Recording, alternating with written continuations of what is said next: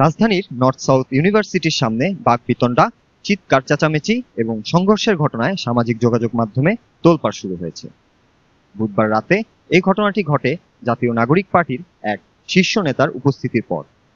বেসরকারি বিশ্ববিদ্যালয়ের শিক্ষার্থী ও সহযোদ্ধাদের সঙ্গে দেখা করতে রাজধানীর একটি আবাসিক এলাকায় যান এনসিপির মুখ্য সংগঠক সার্জিস আলম। বৈঠক শেষে রাত 10টার দিকে নর্থ সাউথ ইউনিভার্সিটির সামনে আসলে সেখানে দুপক্ষের মধ্যে বাকবিতণ্ডা শুরু হয়। সামাজিক যোগাযোগ মাধ্যমে ভাইরাল হওয়া ভিডিওতে দেখা যায় দুই পক্ষের মধ্যে তীব্র উত্তেজনা, যা মুহূর্তেই বড় আকার ধারণ করে। বৃহস্পতিবার নিজের ভেরিফাইড ফেসবুক অ্যাকাউন্টে দেওয়া এক স্ট্যাটাসে সার্জিস আলম দাবি করেন এটি হামলা। তিনি ছাত্রদলের এক কেন্দ্রীয় নেতার দিকে অভিযোগের আঙুল তুলেন। সার্জিস জানান, ইফতারের পর তিনি 4টি বেসরকারি বিশ্ববিদ্যালয়ের শিক্ষার্থীদের সঙ্গে কথা বলছিলেন। পরে এনইসিওর সামনে আসার সময় 10-12 জনের একটি দল স্লোগান দিতে থাকে। এ সময় তিনি তাদের কথা শুনতে গেলে তার সঙ্গীদের উদ্দেশ্য করে অশালীন ভাষা ব্যবহার করা হয়। সার্জিস আরও দাবি করেন, পরে ছাত্রদলের কেন্দ্রীয় নেতা আহমেদ শাকিলের নেতৃত্বে একদল ব্যক্তি ধারালো অস্ত্র নিয়ে তার সঙ্গীদের উপর হামলা চালায়, যা কয়েকজনকে রক্তাক্ত করে।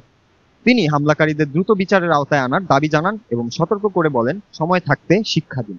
এই ঘটনায় এখনো কোনো আনুষ্ঠানিক প্রতিক্রিয়া জানায়নি ছাত্রদল কিংবা অন্য সংশ্লিষ্টরা। তবে সামাজিক যোগাযোগ মাধ্যমে ঘটনার ভিডিও ছড়িয়ে পড়ায় বিষয়টি নিয়ে ব্যাপক আলোচনা হচ্ছে।